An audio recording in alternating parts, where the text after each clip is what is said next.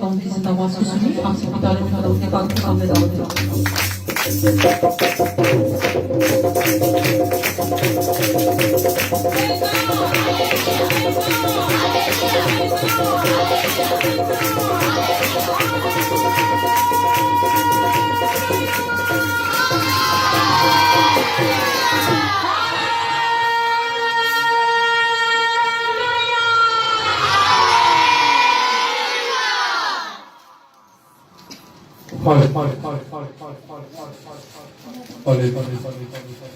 کھڑے کھڑے ایمان کا اقرار کریں گے۔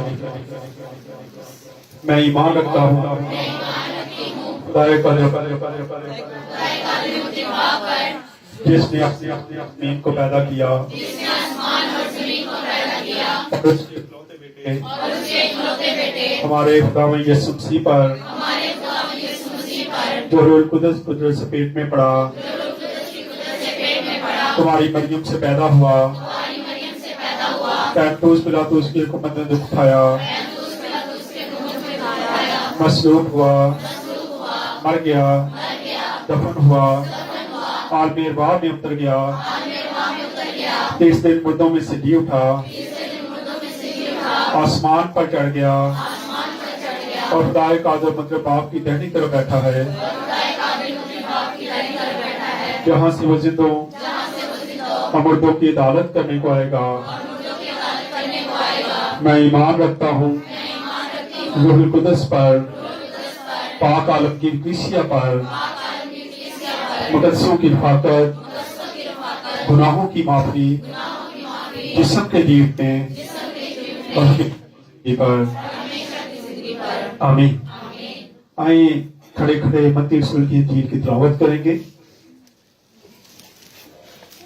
متی رسول کی انجیل 2 باب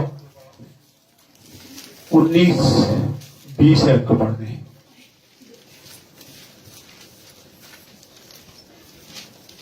متی رسول کی انجیل 2 باب 19 اور 20 ایت پڑھ دیں۔ جب ہیرودیس مر گیا تو دیکھو خداوند کے فرشتہ نے مصر میں یوسف کو خواب میں دکھائی دے کر کہا کہ اٹھ اس بچے اور اس کی ماں کو لے کر اسرائیل کے ملک کو چلا جاؤ کیونکہ جو بچے کی جان کی خواہت ہے وہ مر گئی۔ پس وہ اٹھا اور بچے اور اس کی ماں کو ساتھ لے کر اسرائیل کے ملک کو آ گیا۔ آمین۔ خدا کا پاک کلام پڑھا اور سنا جناب سب کے لیے باعث سے برکت ہو۔ آمین۔ خدا کا شکر ہو۔ تشریف رکھیں۔ ہاللویا۔ خدا یسوع مسیح کے بابرکت نام میں آپ سب کو سلام۔ بھائی میری آواز آ رہی؟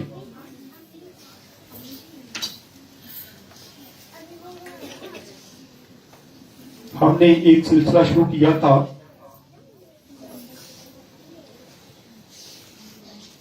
اور پوری ہماری کوشش ہوتی ہے کہ کسی طریقے سے سکھایا جائے۔ جیسے کہ پہلے ہم نے پیدائش کی کتاب سے شروع کیا، اب حال ہی میں اپنی کرسمس اور نیو ایئر کو سیلیبریٹ کیا۔ خاص میسج ہوتے ہیں جو کرسمس پر نیو ایئر پر دیے جاتے ہیں، لیکن کچھ چیزیں ایسی ہوتی ہیں جو اور بھی ہوتی ہیں جو ہم سیکھتے نہیں ہیں۔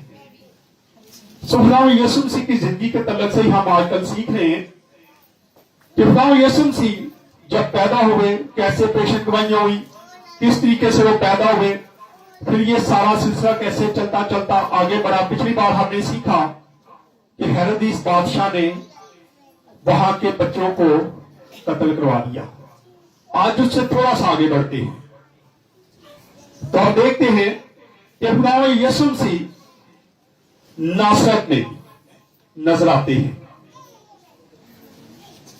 دوبارہ سے اس کو میں پڑھنے لگا ہوں۔ متی رسول کی انجیل 2 باب اور اس کی 19 ایت کو جب ہم پڑھتے ہیں تو لکھا ہے، جب ہیرودیس مر گیا تو دیکھو خدا ان کے فرشتہ نے مصر میں یوسف کو خواب میں دکھائی دے کر کہا کہ اٹھ بچے اور اس کی ماں کو لے کے اسرائیل کے ملک میں واپس چلے جا۔ اب خدا کا بندہ یوسف نیند سے جاگتا ہے اور جو کچھ فرشتہ فرماتا ہے اس کے مطابق خدا یسوع مسیح کو اور اس کی ماں کو لے کے اسرائیل میں آ جاتا ہے۔ لیکن لیکن جب وہاں پہ آتا ہے تو وہاں اس کو سمجھ آتی ہے کہ یہاں تو کچھ اور ہونے والا ہے. جب آگے بڑھتے ہیں تو ہم دیکھتے ہیں لکھا ہے اٹھ اس بچے اور اس کی ماں کو لے کر اسرائیل کے ملک میں چلا جا، کیونکہ جو بچے کی جان کے خواہاں تھے وہ مر گئے. پس وہ اٹھا اور بچے اور اس کی ماں کو ساتھ لے کر اسرائیل کے ملک میں آ گیا. مگر جب سنا خلاص اپنے باپ ہردیس کی جگہ یہودیہ میں بادشاہی کرتا ہے تو وہاں جانے سے ڈرا. خواب میں ہدایت پا کر گلیل کے علاقہ کو روانہ ہو گیا اور ناصرت نام ایک شہر میں جا بسا، تاکہ جو نبیوں کی معرفت کہا گیا تھا وہ پورا ہو تو وہ ناصری کہلائے گا. اب جب ہم متی رسول کو دیکھتے ہیں تو متی رسول چوتھی بار یہ بات کہتا ہے. متی کی انجیل کو جب ہم پڑھتے ہیں تو متی رسول اکثر جب کوئی بات کرتا ہے تو کہتا ہے کہ اب نبیوں کی معرفت یہ لکھا گیا تھا، اور یہ چوتھی پیشن گوئی ہے جو پہلے سے ہو چکی تھی، اور متی رسول اس پیشن گوئی کو بھی کیا کرتا ہے، کھولتا ہے. حالانکہ جب بائبل مقدس کو آپ دیکھتے ہیں تو کہیں یہ پیشن گوئی نہیں پوری ہوئی تھی، لکھا نہیں تھا کہ نام یسوع مسیح، یسوع کا نام نہیں لکھا گیا، لیکن اشارہ دیا گیا ہے کہ یسوع ناصری کہلائے گا. اسی لیے اکثر جب ہم دعا بھی کرتے ہیں تو ہم کیا کہتے ہیں یسوع ناصری کے نام سے. اکثر ہم بات کرتے ہیں کہ آپ جب بھی دعا کرتے ہیں تو کہا کریں کہ ہم یسوع ناصری کے نام سے، خاص کر جب بزرگوں کو حکم دیا جاتا ہے تو وہاں اس بات کو کلیئر کرنا چاہیے. کیونکہ بائبل مقدس کو جب ہم اسٹڈی کرتے ہیں تو ایک یسوع اور بھی نظر آتا ہے ہمیں، ایک یسوع اور بھی نظر آتا ہے بائبل مقدس میں، لیکن وہ جادوگروں کا یسوع ہے. اس لیے آج ہم اس یسوع سے واقف ہیں جس کو ہم مانتے ہیں، جس کی ہم عبادت کرتے ہیں، جس کی ہم پوجا کرتے ہیں. اس لیے ہم اس یسوع کو جانتے ہیں. اب یہ پیشن گوئی ہوئی تھی کہ یسوع کیا ہے، ناصری کہلائے گا. حالانکہ ہر علاقہ یا ماں باپ کا نام جو ہے وہ ہمارے ساتھ تو جڑ جاتا ہے، لیکن علاقے کا جب پوچھا جاتا ہے تو ہمیشہ کس کا نام لیا جاتا ہے.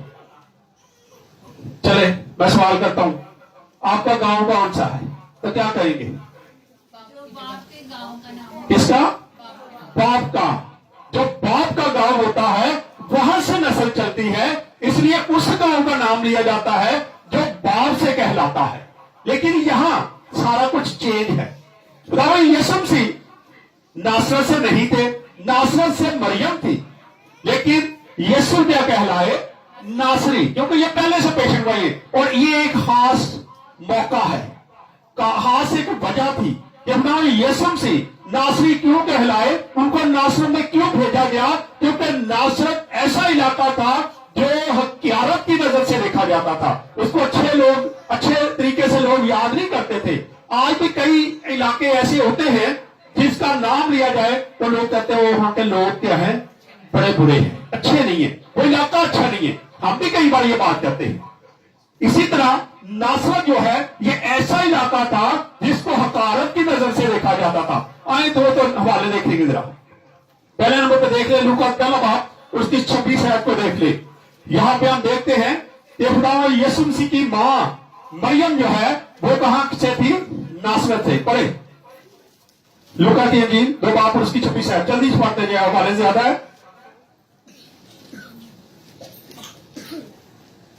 اور اس کو روح قدس سے آگاہی ہوئی تھی کہ جب تک تو خداوند کے مسیح کو نہ دیکھ لے موت کو نہ دیکھے گا. لوکا رسول کی انجیل پہلا باب 6:26 آیت ہے. 2 نیچے بیٹی کے نام ہے اس کی دیکھیں ایک کی. 6 مہینے میں جبرائیل فرشتہ خدا کی طرف سے گلیل کے ایک شہر میں جس کا نام ناصرت تھا ایک کاری کے پاس بھیجا گیا. کہاں پہ آیا جی؟ ناصرت میں. مریم کہاں سے تھی؟ ناصرت سے. اس لیے ناصرت میں فرشتہ اس کے پاس آتا، جبرائیل فرشتہ ہے یہ، اور آ کے اس کو کیا کہتا ہے کہ تیرے بیٹا پیشن گوئی ہوتی ہے، وہ اس کو آگاہ کر کے جاتا ہے.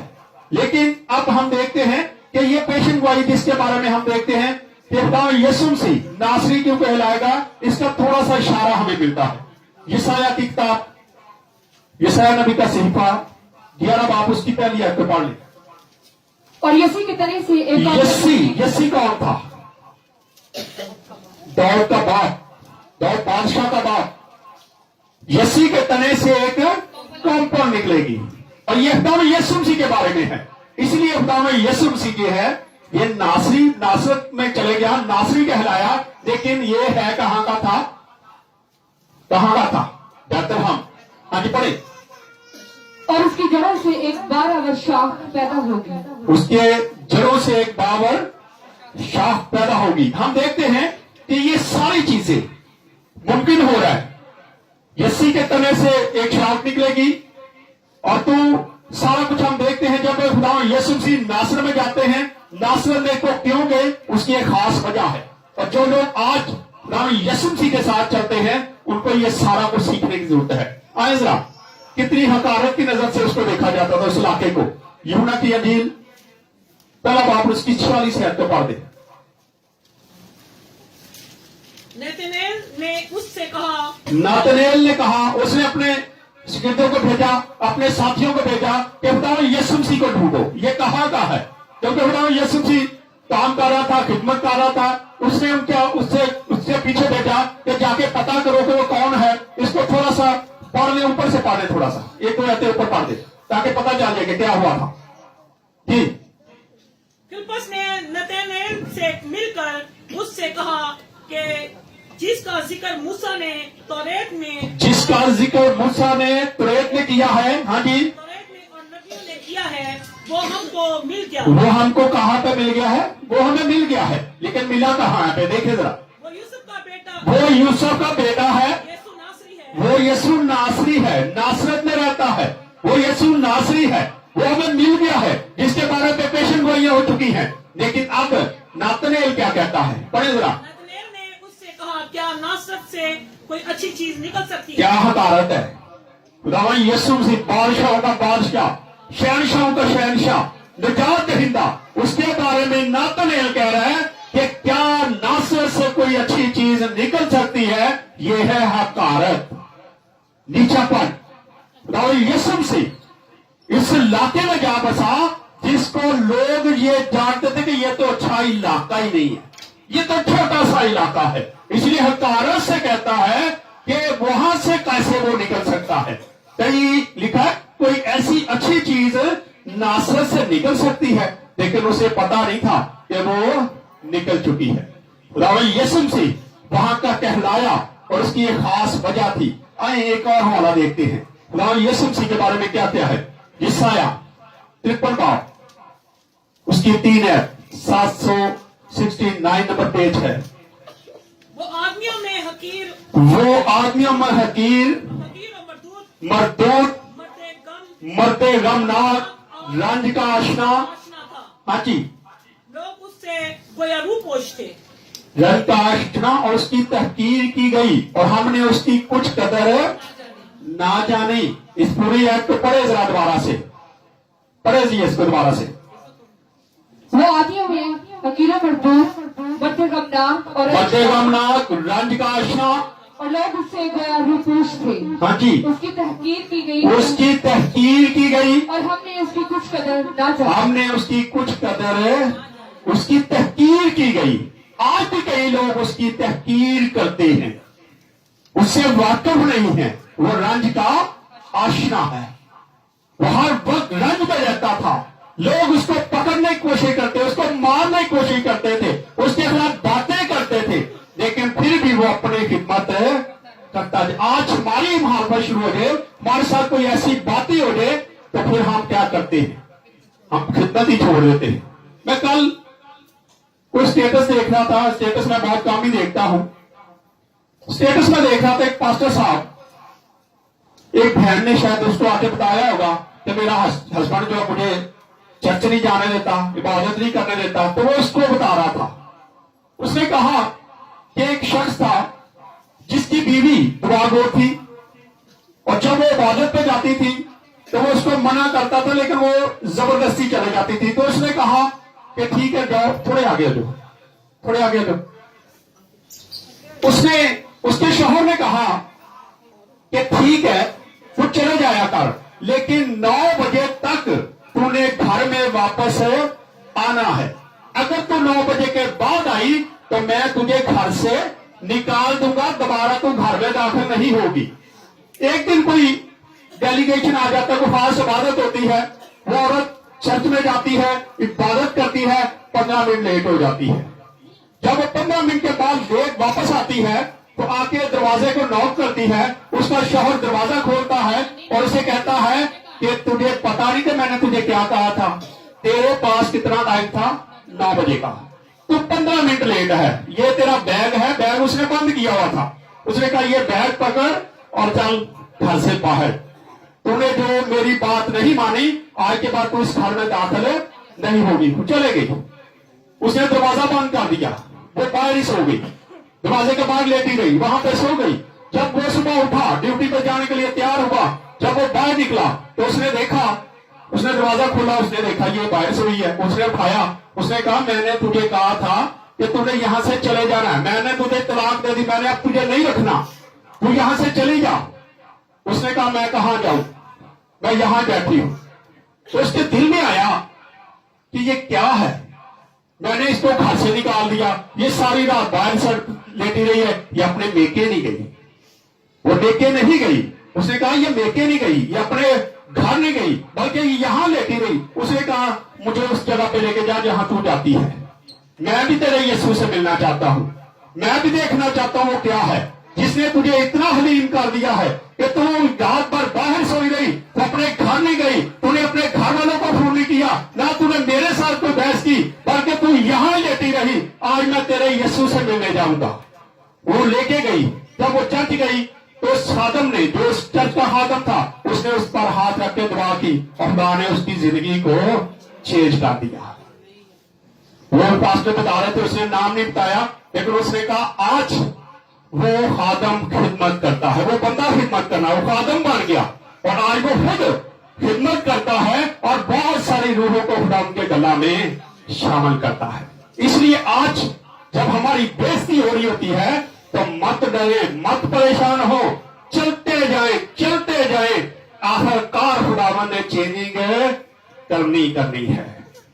میں کل حیران ہو رہا تھا اس کی باتوں سے کہ کس طریقے سے یونگے چوک کو جب ہم دیکھتے ہیں, ڈاکٹر بلی گرام کو, کسی کا بھی آپ ہسٹری پڑھ کے دیکھ لیں تو ان کی زندگیاں اسی طریقے سے چینج ہوئی ہیں. وہ پریشان تھے لیکن پریشانی سے ہی خدا اچھی چیزیں پیدا کر لیتا ہے. یہاں پہ ہم دیکھتے ہیں ناصرت میں سے کوئی اچھی چیز نکل سکتی ہے, اس کی تحقیر کی گئی, وہ رنگ کا آشنا تھا, اس کے بارے میں کیسی باتیں لکھی ہیں. آئیں ایک اور والا دیکھتے ہیں ذرا, زبور 22 اس کی 6 آیت کو پڑھتے ہیں.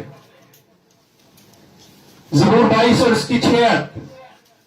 پر میں تو کیڑا ہوں, انسان پر میں تو کیڑا ہوں, ہاں جی, انسان نہیں, آدمیوں میں انگشت نما ہوں, آدمیوں میں انگشت نما ہوں, اور لوگوں میں حقیر. لوگوں میں کیا ہوں, حقیر ہوں. آج ہمیں بھی یہ ساری چیزیں سیکھنے کی ضرورت ہے. اگر ہم خداوند کے ساتھ چلتے ہیں تو پھر مت ڈرے, مت پریشان ہو. جیسی مرضی آندیاں پریشانیاں آ جائیں, جیسی مرضی مخالفت ہو رہی ہو, کبھی بھی خدا کے کام کو مت چھوڑیں. آخر کار خدا نے کام کرنا ہی کرنا. آئے آخری والا بھی دیکھتے ہیں ذرا, عبرانیوں 13 باب 11 266 نمبر پیج. کیونکہ جن جانوروں کا خون صدار کا ہے, سوری 13 نمبر 13 پڑھے ذرا, 13 کرتے ذرا.